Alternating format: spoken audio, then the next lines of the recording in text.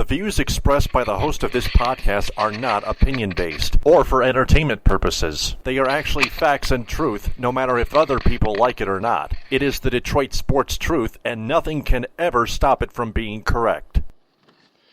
Hey there, Detroit sports fanatics, and welcome to episode 208 of the Detroit Sports Truth on Spreaker, the show that actually gets it right and reveals the truth instead of just being honest with lazy opinions. It's the Easter edition of the Detroit Sports Truth. I'm Taylor Phillips. I'm live from my basement apartment office in the northern outskirts of McBain, Michigan. And with me on Facebook Messenger audio from the state of Georgia, as always, is my co-host, Ed Smith. Thanks so much for being on here with me. How are you? Doing fine, Taylor. First of all, happy Easter to you. Happy Easter to everybody else that's listening right now at the moment. I wish I could say, I guess I only mean the term happy in greeting because this past Saturday night was not happy or so for Detroit sports fans for a multitude of reasons. Yeah, that's true. And we'll break down all of what happened in this podcast a bit later on, but just a reminder, please share this podcast on all social media networks, and thanks very much. And please keep all your content clean. Before we begin, I'd like to give a shout out to Jack Ebling and Tom Crawford from the weekday afternoon drive sports talk show, The Drive with Jack Ebling, which airs from 3 to 6 p.m. on the Team 92.1 FM WQTX in Lansing, powered by Spotlight Productions and owned by Midwest Communications Broadcasting Incorporated. That show is on mainstream media, and unlike many others, it is very clean, informative, and purposely entertaining to its audience. I saw Jack Ebling and Tom Crawford at the Breslin Center when I was trying to get into the arena and waiting for my broadcast partner JT Scarpelli from the Big Rapids Radio Network, as the Big Rapids Cardinals were getting set to tip off with the Stevensville Lakeshore Lancers.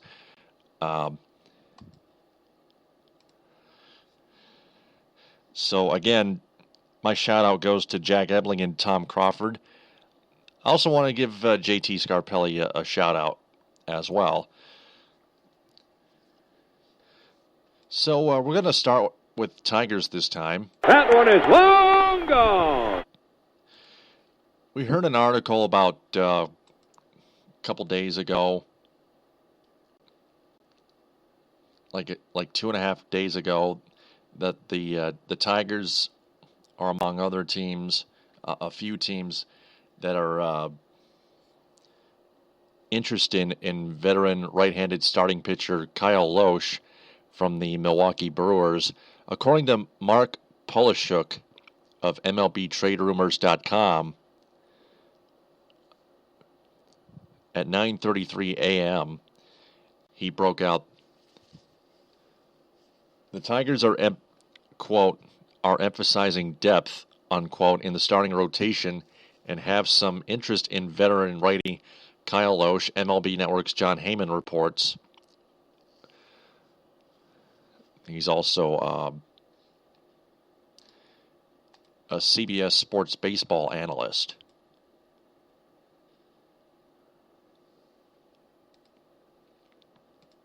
John Heyman tweeted, quote, Tigers are very relieved Anibal Sanchez looked so good on Monday, but they are emphasizing depth and have been eyeing Kyle Lohse.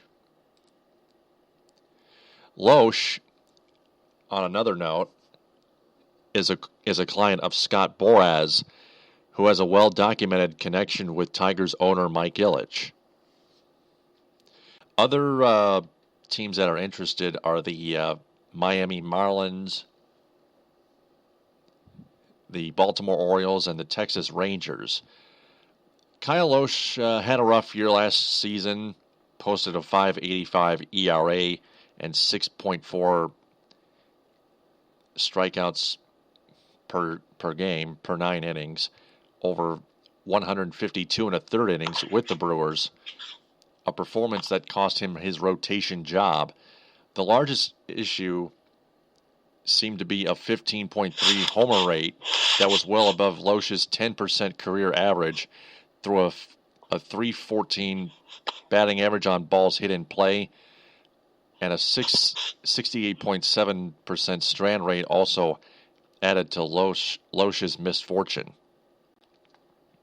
Now, about a decade ago, Kyle Lohse used to dominate the Tigers, but fast forwarding back to today, while his ERA indicators 5.12 FIP, let me look that up here. It should be of note that in addition to his mishaps last year, his whip did balloon to a 1.464. So that's another key indicator of how much he basically lost his grip, so to speak, on his pitch. FIP stands for fielding independent pitching. That's, for example, 13 home runs plus 3 walks plus 2 strikeouts per innings pitched.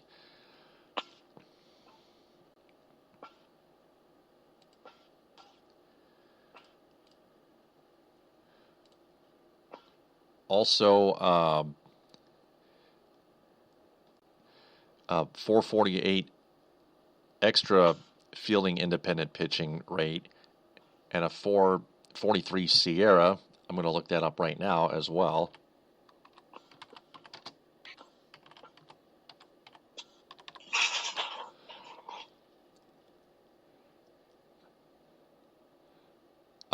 SIERA, skill interactive earned run average.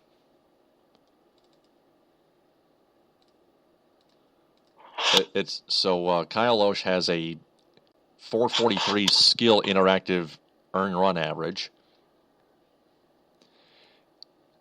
So while his ERA indicators weren't particularly impressive, they show that Lohse's 5.85 ERA was at least a bit misleading.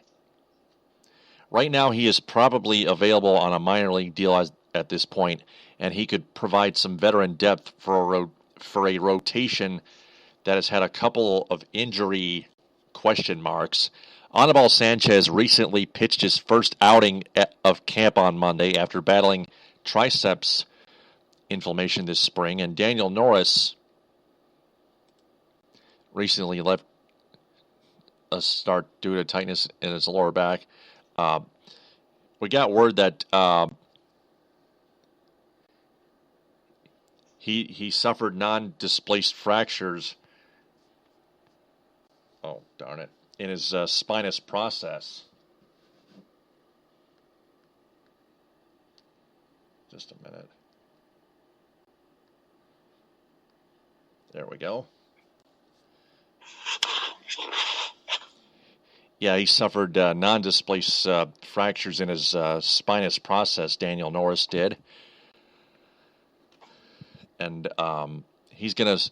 Daniel Norris is going to start the season on the disabled list.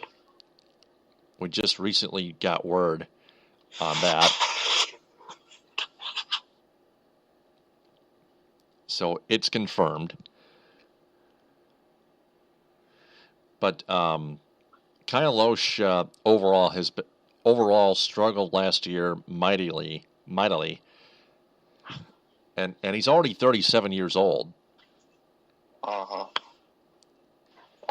That's one factor working against him already. Yep.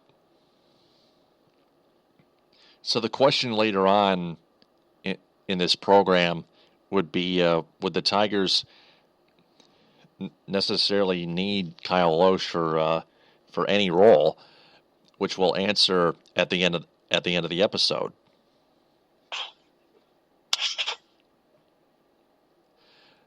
Tigers just beat the Phillies 6-5 after losing to them 4-3. Yeah, that was 4-3. Justin Upton hit a home run.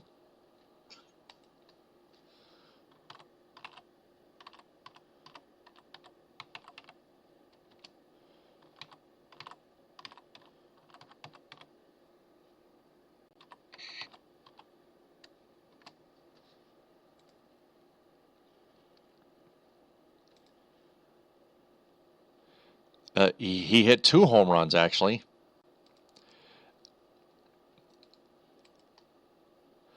And Justin Verlander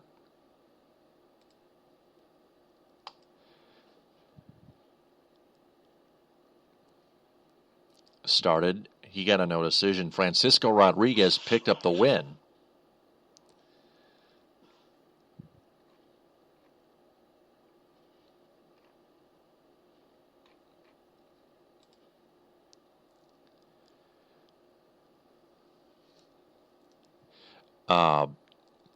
The Tigers lost to the Phillies 4-3 on Monday. They had Friday's game in Lakeland against the Braves, the Atlanta Braves, canceled due to rain after losing to the Blue Jays 6-4 at Florida Auto Exchange Stadium in Dunedin, Florida. They beat the Phillies in Clearwater 6-5. They play the Astros in Lakeland at 1:05, the Houston Astros, and they go to Tampa and play the Yankees at 6:35 on Monday. Then on Tuesday, they welcome the Jays in, the Toronto Blue Jays at 1:05 in Lakeland on Tuesday.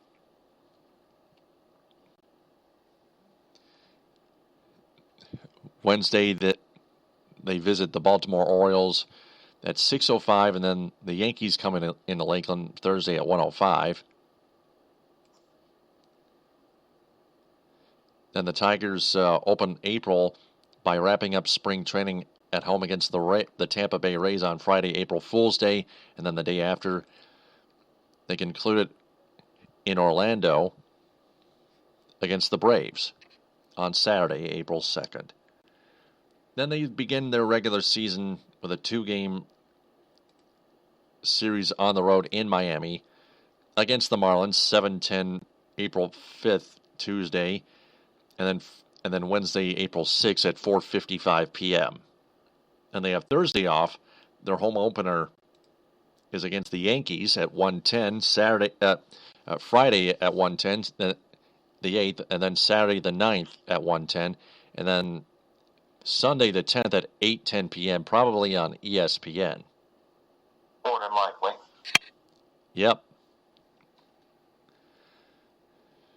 Then they have a home-and-home set of series against the Pirates, 2-2, home and then away. Then they go to Houston and play the Astros, and then they have the 18th off, and then they have a 3-game set in KC against the defending world champion Royals. All those games start at 7:15 p.m. Eastern time. I could go on, but it's a short podcast. It's time to move on to some hockey. Yep.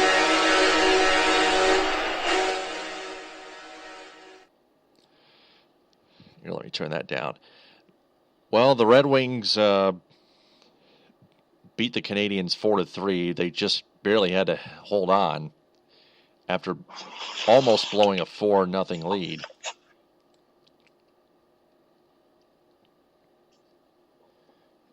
Which they produced in the second period. They gave up 3 quick goals early in the third period after Anthony Mantha finally scored his first NHL goal. And it was on the rebound. I love it! He got his first career point in Tampa Bay, and then, which was an assist, and then on Thursday they returned home and he got his first goal as a Red Wing in front of his family, who was so proud of him. They were shedding tears of joy. So that gave the Red Wings 2 points, but the Flyers got 2 points as well. So the Flyers still own the tiebreaker as of right now, 85 points. The Red Wings go into Saturday afternoon's game against the Penguins, still tied at 85 points. And after leading 1-0 after one period, they give up 4 awful goals to the Pittsburgh Penguins. And Peter Mrazek obviously was pulled again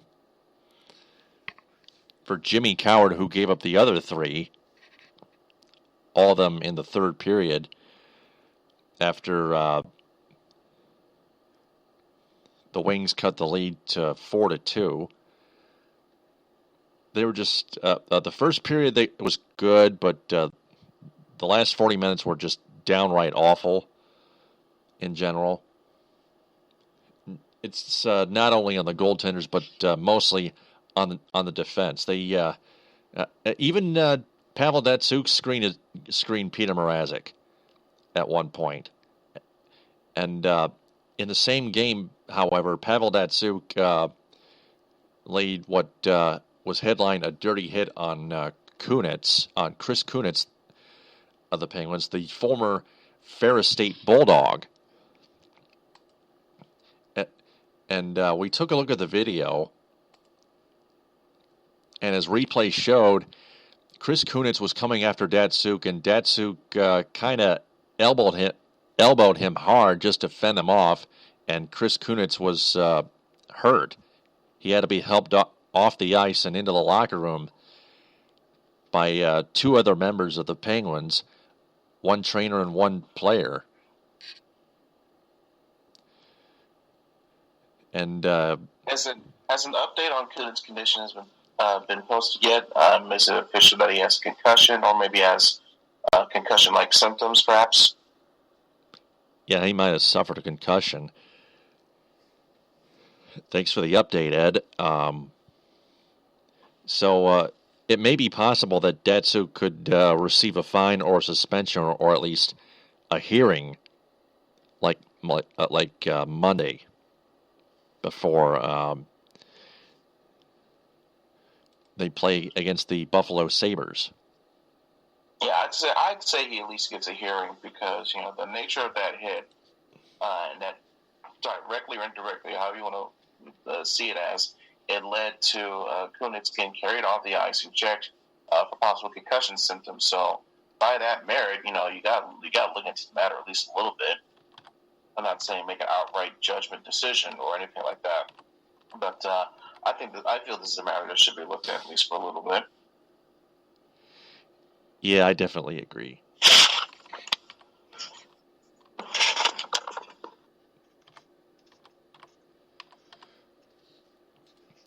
So the Red Wings play on Monday at 7:30 against the Sabres. And then on Tuesday, they play back-to-back in Montreal at 7:30 against the Canadiens.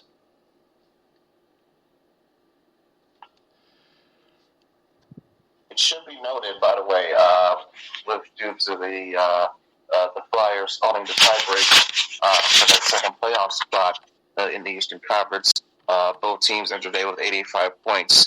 And with what we all saw with the Penguins just completely dismantling the Wings, it seemed to be the prime opportunity for Philly to create some space and distance between themselves. But now they seem to be squandering this opportunity where, at this moment, as of the recording of this episode, get it to your live, folks. They are currently trailing, of all teams, the Arizona Coyotes 2-0 midway through the third period. So this would be a gigantically blown opportunity for the Flyers if they don't capitalize on what happened to the Wings today, for sure. Those 2 points are very big, Taylor. Yeah, they are. Every 2 points are very, very big to every team that's trying to get into the playoffs.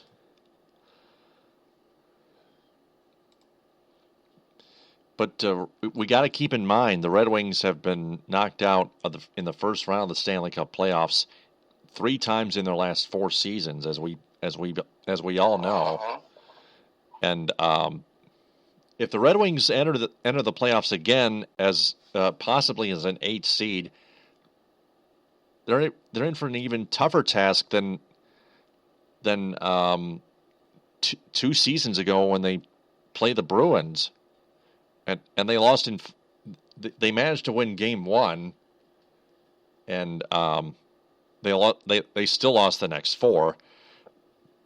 But the way I look at it ahead of time, the Washington Capitals have already clinched the Metropolitan Division and the Eastern Conference. They're almost at 110 points, Ed. I bet they are. They're at 111 points. 111. That's over 110. Yikes. I have a feeling that the Capitals will not only sweep the Red Wings, but they will crush them. Yeah, it would be extremely a lapper in the most extreme sense if the Wings somehow managed to finagle the way into the playoffs once again, but really at what cost? Just to extend some dumb streak. Well, once again, after you get swept more than likely swept in the first round, that's what, another cup, another year gone by without a cup, or even get into the cup final, or even get into the conference final. They have not been to the conference final since 2009, and by the way they've been playing, look like to be yet another year of waiting. So that's what now 7 years. It's going to be going on 8 years next year if things play out the way they are right now. Yeah, and fans keep bringing up the fact that the Red Wings have won 4 cups in our lifetime: 97, 98, 2002, and 2008. But they got to keep in mind, those were yesterday's Red Wings, unlike today's Red Wings. In 2009, that was all ruined. I mean, they know it. I guess you could say in 2009 they got to a chance where, Game 7 on your home ice, even though they choked that one, you could still say they had the opportunity, but you still had guys you still had Nicholas Lidstrom first and foremost. Okay, that was your captain, your leader, everything, your best defenseman, clearly. Even at that state of his career, you still had some useful years left out of Zetterberg and Datsyuk. You had Marian Hossa, still, which still one of the biggest mistakes Ken Holland has made to this day, letting Marian Hossa go in favor of Johan Franz, and obviously we've seen how that has worked out on both sides of the coin. Most of other things, and it's just. They got to find a way to get back to that. It's more than just saying, "Oh, we need a better defenseman and a better backup goalie." It's more than that. We need a whole change of scenery. Period. We got a new coach. It's I would say still in development stages. I'm going to give Blashill a bit more patience here, but the whole scenery needs changing. If you're going to be opening up a new building, a new arena very soon, take a look at what the Penguins did. They fired their coach, fired their GM, and even if they're being dealt a bad hand of cards, I mean, for God's sakes, they lost Evgeny Malkin, okay? One of their best players, not named Sidney Crosby, for essentially the rest of the regular season due to a upper body injury, but they're still cruising, still kicking behind, and now they're more than likely cementing their spot in that first wild card spot for the playoffs. So, That's a key example of what the Red Wings should be doing at this day and age. Not relying on past glory or past accomplishments. Now I'm sounding like a person that's criticizing haughty Michigan fans for trying to relive old glory days for the football program, but I digress. You got to focus on the now, focus on the future here. And the future is you do have some good talent here. Okay, the Peter Mrazek's, the Athens CUs, the Memphis, the Tatars, the Larkins, the Yurkos, all that.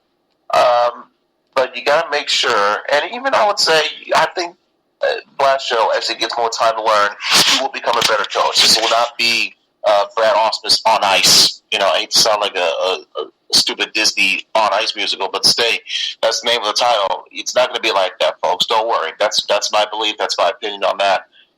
That's not nearly Disney on ice at all, Ed. Yeah, to me. It's on it's a stinker on ice. Yeah, the ice is melting. But I think Blashill, when he gets more time and gets better players to utilize specifically on the defenseman side of things, he'll be seen as a better coach because of that. But you just, again, once you get rid of Kevin Holland, once he leaves, I think now we could fully appreciate and get kick-started on changing of the guard, so to speak. Ken Holland, keep in mind, still has 2 years left in his contract, but even if Mike Ilitch has to pay to fire Ken Holland, so be it. Like immediately, as I finish that statement, most fans want some fans that want Ken Holland fired want Steve Yzerman as the next GM, and we totally agree. Yeah, you've seen what he's doing down in Tampa with the Lightning. I've always, and you got, I'm sure, a good number of fans to say, hey, seeing what he's, not just for nostalgic purposes, but also using the fact that he's doing such a good job with the Lightning. For God's sakes, they got to the Stanley Cup final last year. Imagine what Yzerman could do in terms of helping revitalize the talent down here in Detroit, should he decide to ever, come back and the opportunity ever opens up for him. Yeah, definitely, and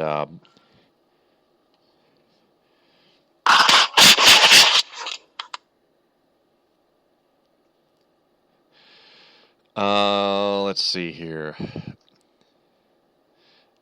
About Jeff Blashill, you said you would give Jeff Blashill some more time. I would have to sort of agree, not completely, but sort of. It is his first year, granted, but Jeff Blashill still throughout this whole year has not improved much, except he's put Anthony Mantha on the power play, and Mantha scored his first NHL goal, which was on the power play. But one of the things that Jeff Blashill is not doing that is actually key is giving Athanasiou more ice time. Yeah, and keeping yet again. And instead keeping Athanasiou on the fourth line with Luke Glendening of all people, who admittedly had scored 2 goals in his last 4 games now. I would say sort of warm streak, not quite hot, but warm. But still, this season is rough for him. I will agree. He's been very middle of the road. But, if I was getting willing to give Osmus at least 1 year to kind of prove himself, I'm willing to do the same for Blashill. Hopefully it won't lead to a situation where I vehemently want Blashill fired the same way I want Osmus. Hopefully it doesn't evolve into that one day. Yeah, I would give Blashill 1 more year too, but I don't think I feel as very confident in Blashill as I did with Brad Osmus in 2015 before he got his third and final year.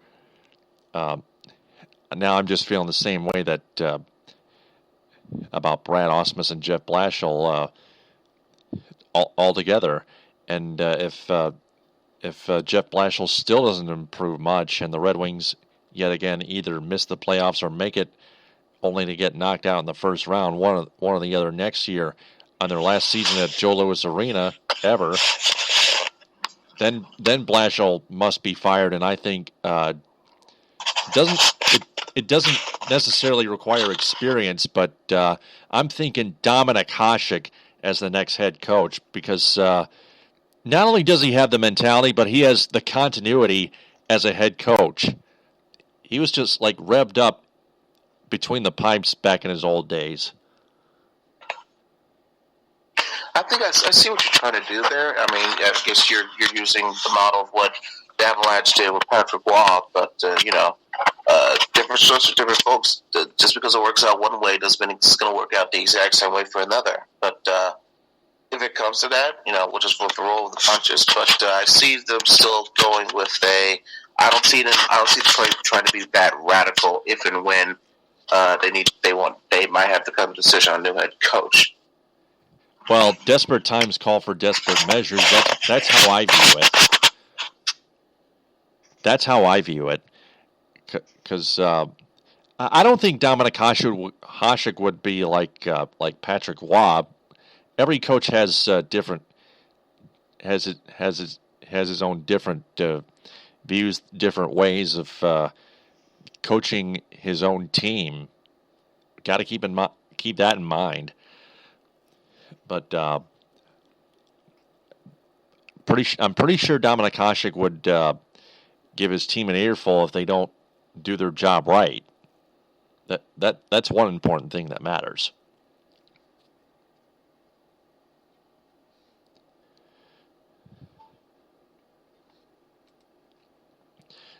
So 1:23 left in Glendale. Coyotes still up 2-0. Flyers don't have much time.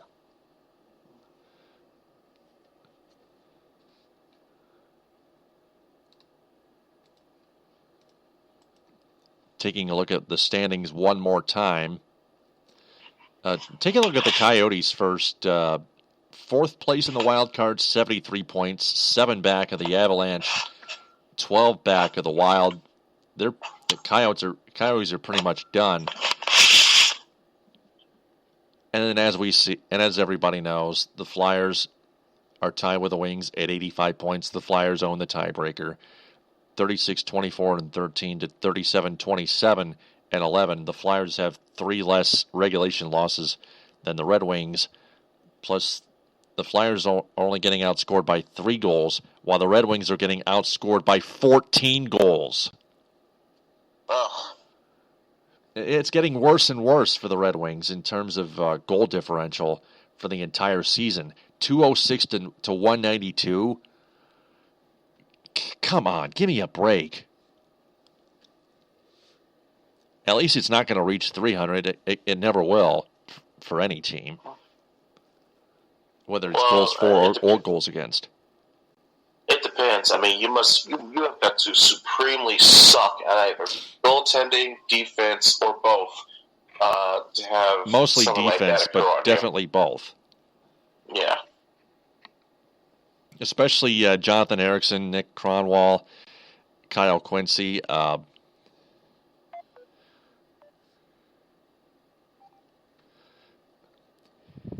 Kyle Quincy, Brendan Smith,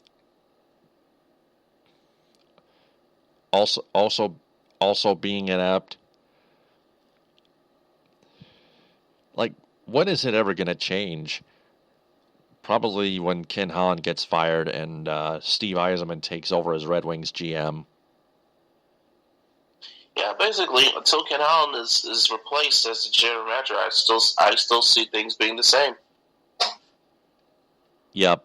Ken Holland's going to keep signing washed-up veterans that just don't click again. But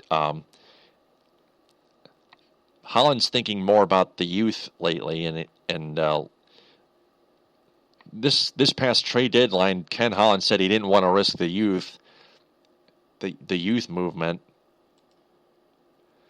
So he actually stood pat after the trade involving Jakob Kindl to the Florida Panthers for an additional draft pick, a 6th-round draft pick actually.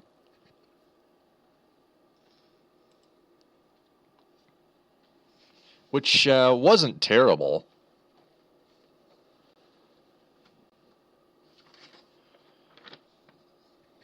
It was kind of like a fair deal.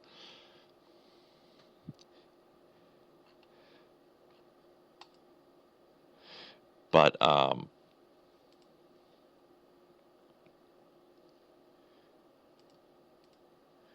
taking a look at Flyers Coyotes one more time here.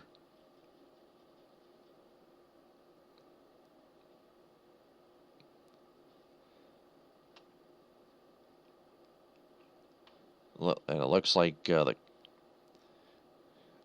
Coyotes are going to win, but still, the game clock is very slow on this website. But anyway, we're going to move on to the Pistons. Left sideline 3, and he answers. Pistons played great the first 3 quarters against the Charlotte Hornets, but they had to barely hold on against the Hornets, 112 to 105 on Friday night, and then they played the Atlanta Hawks in the middle of in games 6 and 7 of their 9-game homestand, and the Hawks, the Pistons opened the floodgates again and let the Hawks crush them again, 112-97 by 15. More lacking, Pistons lacking more defense again, as usual. More three-point shots left wide open and being hit.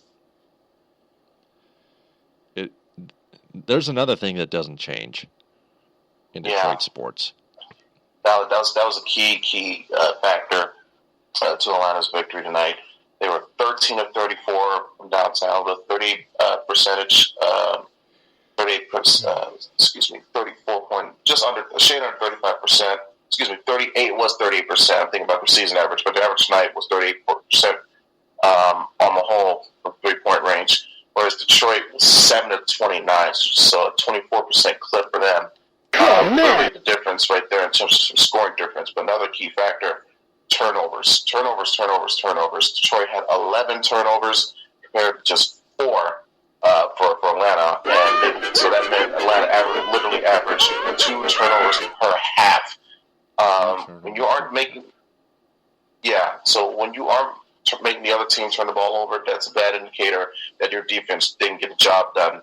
He got a lot of rebounds, especially from the offensive side of things, gave you good opportunity for second chance points. But in 2 key factors, 2 key stats, I should say, the 3-point shot and turnovers, not to mention sharing the ball.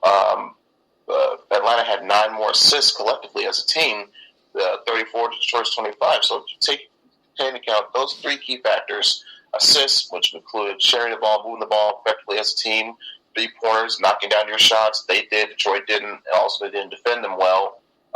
And of course, turnovers, taking over the ball, taking care of the ball, which will prevent transition, break, fast break, and points off of turnovers.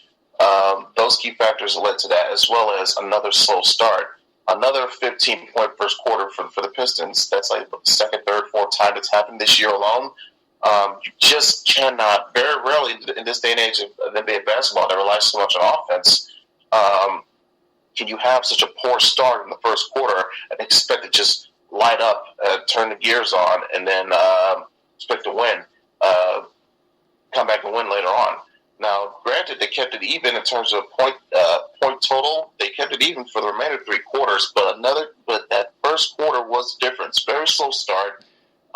15 points in the first quarter, just like against the Bucks on Monday night, which which they came back to win, but even still, they won that one because there was essentially that ball had to bounce the right way for Drummond to be in a position to take the ball back in. So that was nothing to write home about. So again, if they want to be considered serious playoff. Well, whichever way it bounced, Drummond was ready to.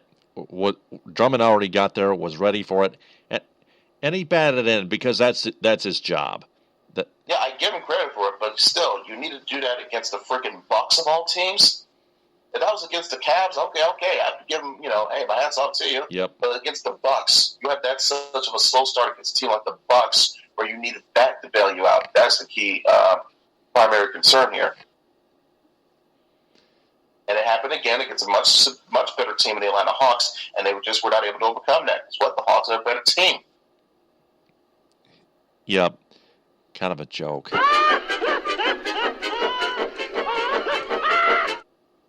But, it was, I guess you could say, not too much of a damaging night because the Bulls lost. But it was also damaging because the Pacers lost as well. So the Pistons had a chance to gain ground and jump Indiana for that 7th spot in the Eastern Conference, and they failed to capitalize. Just like I mentioned earlier, with the Flyers not capitalizing on the Wings dismantling, Pistons did not do the same. Pistons did the same thing here, the same judgment error here. Speaking of the Red Wings, they will still be tied with the Flyers. The Flyers lost in regulation 2-1. Yeah, just went final 2-1. Philly finally got a goal in, but it was just too little, too late. Yep. But back to the point with the Pistons, it's just we need. It's I'm not. Yeah, I can't get too angry at them because what they won, they did have won recently 5 straight games, and they needed to perform their best ball of the year at this point in time. It's their last big homestand, and they're fighting for their playoff lives here. So I'm not going to be too much of a Debbie Downer because they have performed well enough where now they're back in the playoff race. But I want to see how can they respond as a group to this latest roadblock, this latest hurdle, so to speak. Are they going to come out with more fire next time they play out? Because I think they play on Tuesday, I believe, or it might have been Monday. Either Monday or Tuesday. I think, Tuesday they play. The Wings play Monday. The Pistons, I believe, play Tuesday. Tuesday against Oklahoma. Yeah, Tuesday against OKC.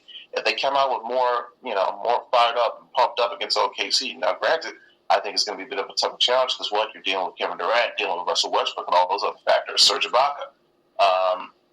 You're dealing with even a better team, a tougher team, because what they play in the West, that's where the real dogs fight out. It's proven the case to be in the last few years. So I hope they come out more fired up because they're going to need it against a clearly superior team in Oklahoma City.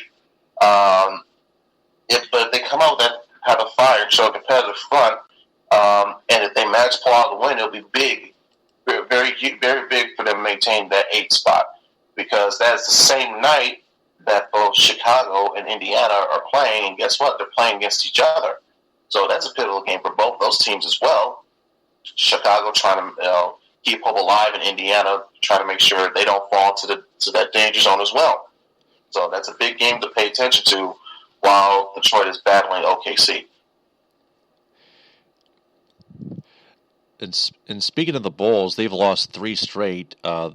According to Mike Dunleavy, after their 3rd straight loss, he quoted, "I just don't think we're good enough." According to thescore.com, they lost 111-89 to the Orlando Magic. The Orlando Magic.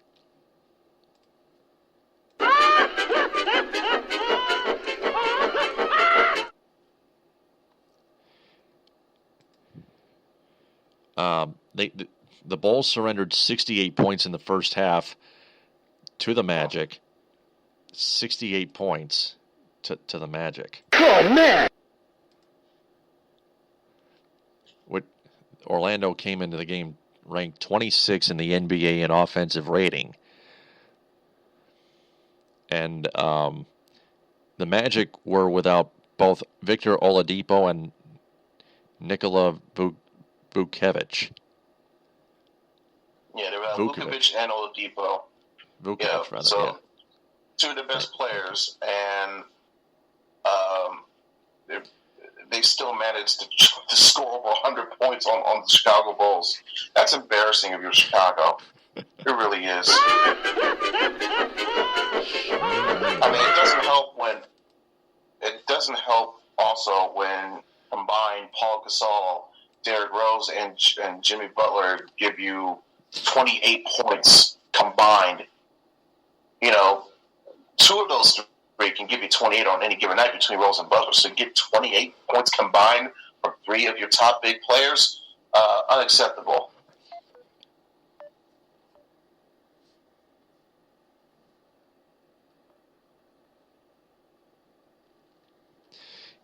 Yeah, it's quite embarrassing.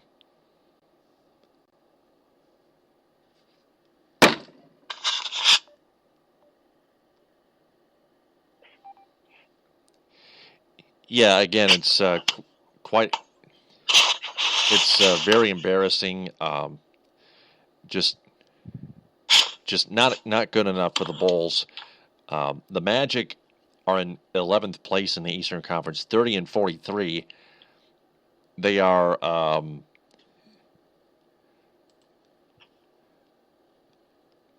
that was in Orlando, wasn't it? Yeah.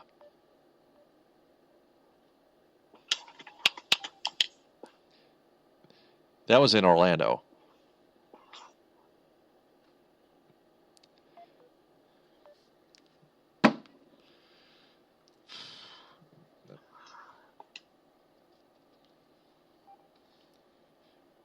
But anyway,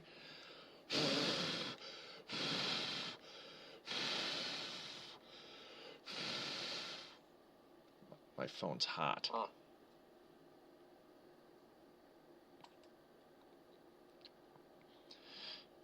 But at any rate, the Bulls are losing confidence. The Pistons just lost to a better team in the Atlanta Hawks, but they've been doing great in this 9-game homestand. They've only lost 2, and they've won 5 in the first 7 of the 9-game homestand. They have the Thunder and Mavericks coming up before they play the Bulls in Chicago on Saturday. The Mavericks are on Friday, April Fool's Day.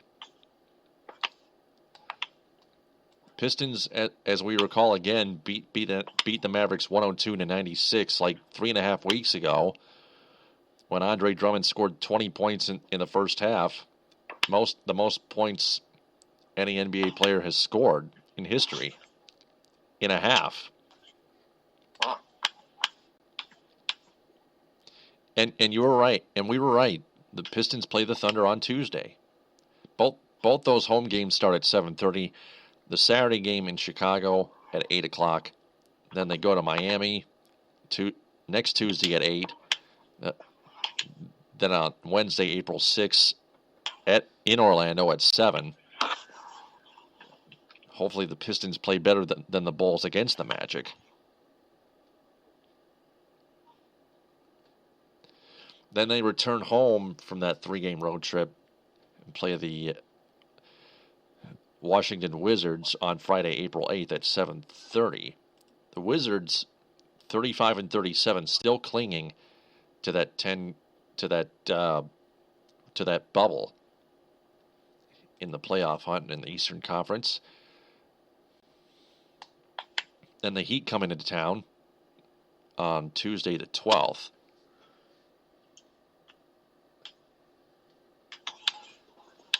The Miami Heat 42-30, just a half game ahead of the Charlotte Hornets. Heat are 42-30, the Hornets 42-31. I guess that was a big key win for the Pistons on Friday night before getting demolished by the Hawks, who stand at 44-30 in third place in the East. The Dallas Mavericks right now are in 9th place, just a half game back of the Utah Jazz for 8th place. Mavs are 35-37, Jazz are 36-37. The Thunder, 51-22, 3rd place. That's a pretty damn good record. But they are 14.5 back of the Golden State Warriors, who are 65-7. Yeah. I mean, hey, OKC is trying to prove their worth here, and as a team that's probably, aside from San Antonio and Golden State, not that much talked about in the West, and they kind of proved the statement tonight when they beat the Spurs by a score of, I believe it was 111-92 or something like that. So an impressive victory for Oklahoma City on their home floor. Yep. San Antonio Spurs in 2nd place in between 61-12, 4.5 back of the Warriors, of the defending champions. The Warriors have won 3 straight. The Thunder have won 7 straight. Oh, man! So there's another top dog team in the West that's being a juggernaut team. Pistons had better be ready for those guys coming up next. Yeah. So last topic before 5 questions here. Got to send everybody to bed here. For 3, yes, sir! Or send everybody on their way to their families the rest of the Easter Sunday, whichever time it is when they play this podcast, which is archived and after being recorded live. Michigan Wolverines men's basketball senior guard Caris LeVert recovered from surgery in his lower left leg, his lower left foot, technically. Brendan F. Quinn broke the story on Saturday at 9:50 p.m.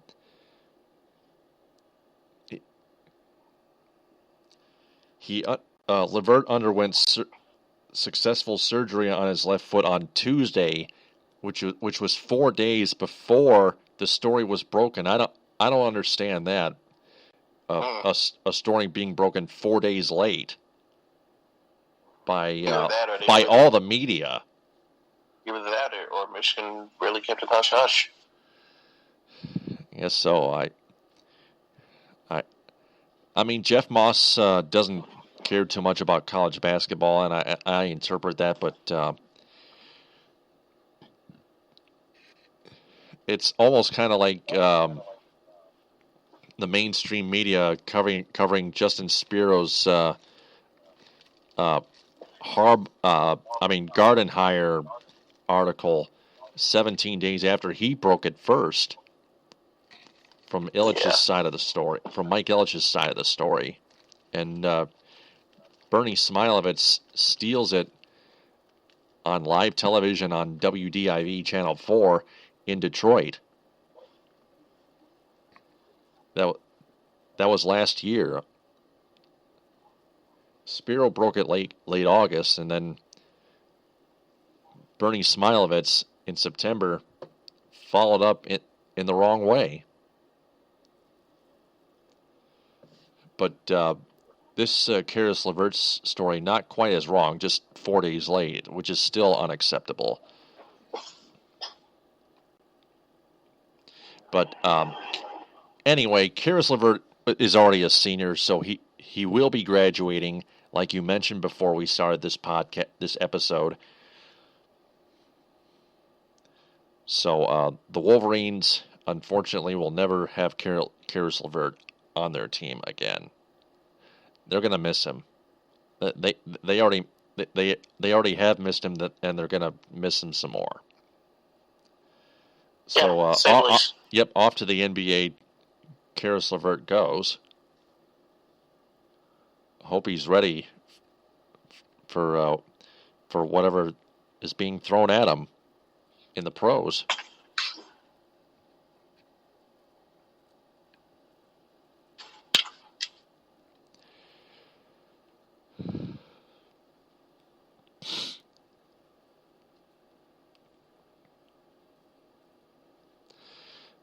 Well, I guess looks like it's time for 5 questions, Ed. Shall we have at it? Let them rip, Taylor. It's time for 5 questions with Taylor the Gator Phillips. Question number 1. Is it necessary for the Tigers to get Kyle Lohse? I guess you could say necessary from a perspective of, hey, this team needs some depth. They like what Abel Sanchez is doing so far. They're not entirely sure. Like you mentioned, revealed on tonight's episode, Daniel Norris will be placed on DL. So now they, more than likely Shane Green will fill in, but you still. Damn it. You still need some added depth in that spot, so that's where a guy like Kyle Lohse, a veteran like Kyle Lohse, would come in. They're probably hoping that he captures more of the essence that he had during the stretch. Son of a gun. Don't ruin this for me!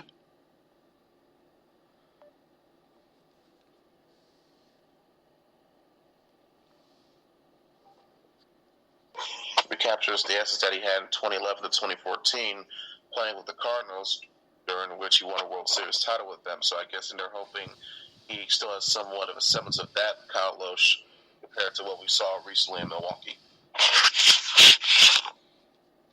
Next question. Question number 2. Question number 2. Question number 2. Are the Red Wings trying to miss the playoffs, and is it a good thing? I don't think they're trying to miss the playoffs. I think they're just playing as best, literally the best they possibly can. But they look so old and lethargic out there on the ice. It's almost embarrassing to watch. But, I've stated this and you stated this. We both agree it would be a good thing for them to miss the playoffs because we could get once we get past that stupid streak, you realize this is a team that is in some instances, not completely and entirely, but they are in need of a bit of a rebuild here.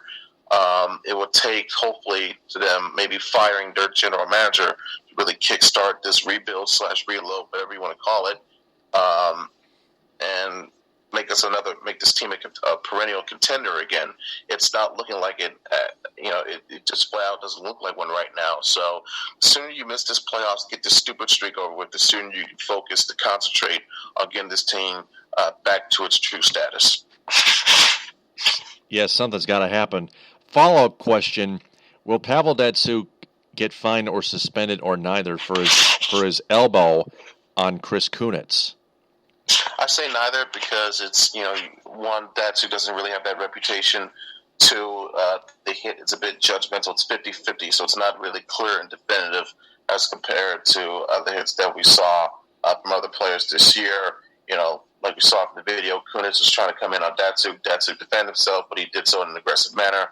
So you can't really be so sure on what the final ruling or judgment's going to be on that one. So based on that, I'm going to guess and say neither consequence will come about.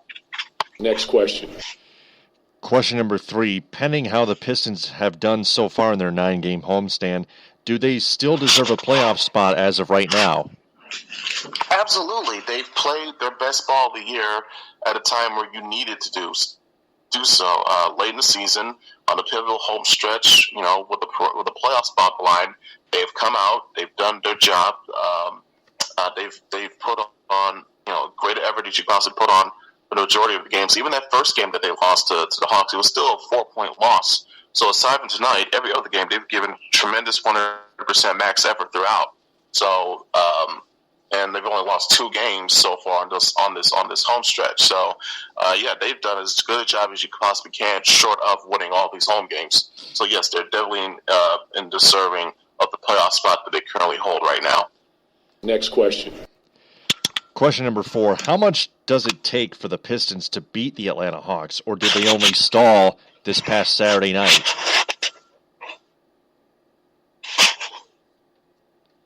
I'll ask it again. Question number 4. How much does it take for the Pistons to beat the Atlanta Hawks, or did they only stall this past Saturday night?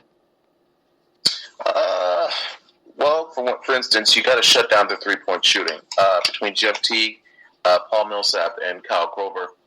For instance, they're a very good 3-point shooting team, as we saw on display tonight. So that's one key. Limit the 3-point shooting and take care of the ball. You do those things, you're well on your way to put yourself in a good position because you can outman them in the paint in terms of rebounds, and second chance points. But you stop them, shut them down at the perimeter, or at least limit their production on the perimeter and take care of the ball. Those are 2 keys to help ensuring yourself that you have a good game, possibly a winnable game against the likes of the Atlanta Hawks. Next question. Finally, question number 5. How does Caris LeVert's recovery from his left foot injury affect his NBA draft stock?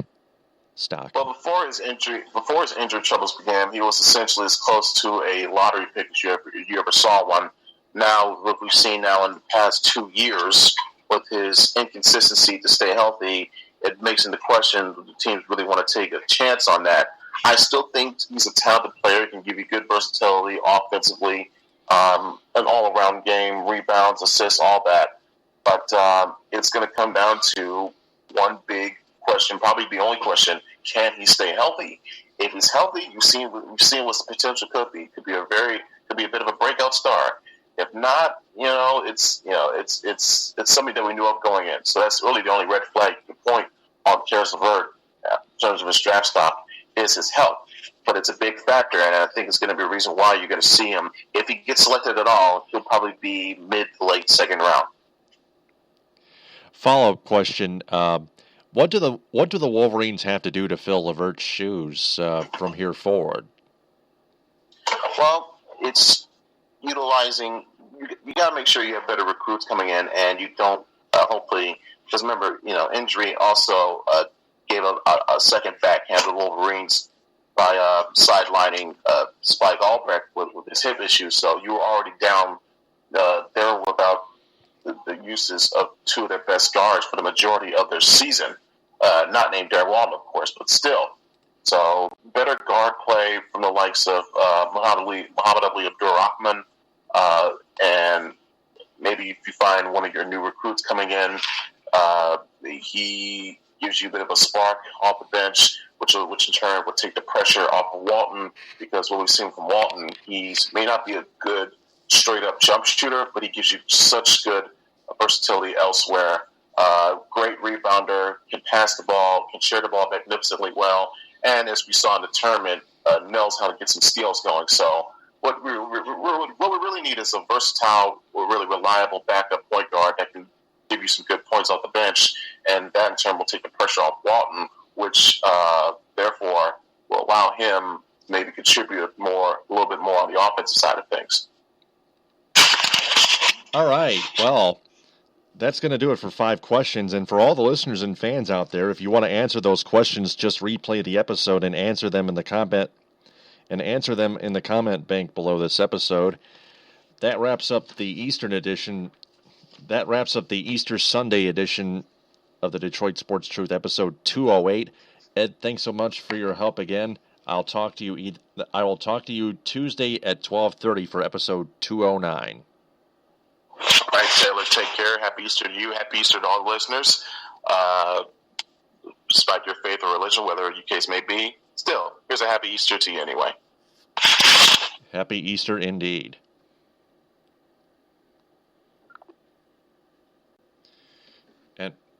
And for Ed Smith, I am Taylor Phillips. It's the Gator. It's if there's anything you fans want more of or less of on our podcast, please let us know. We'll be back Tuesday at 12:30 a.m. for episode 209. TTFN, ta-ta for now. Buon appetito.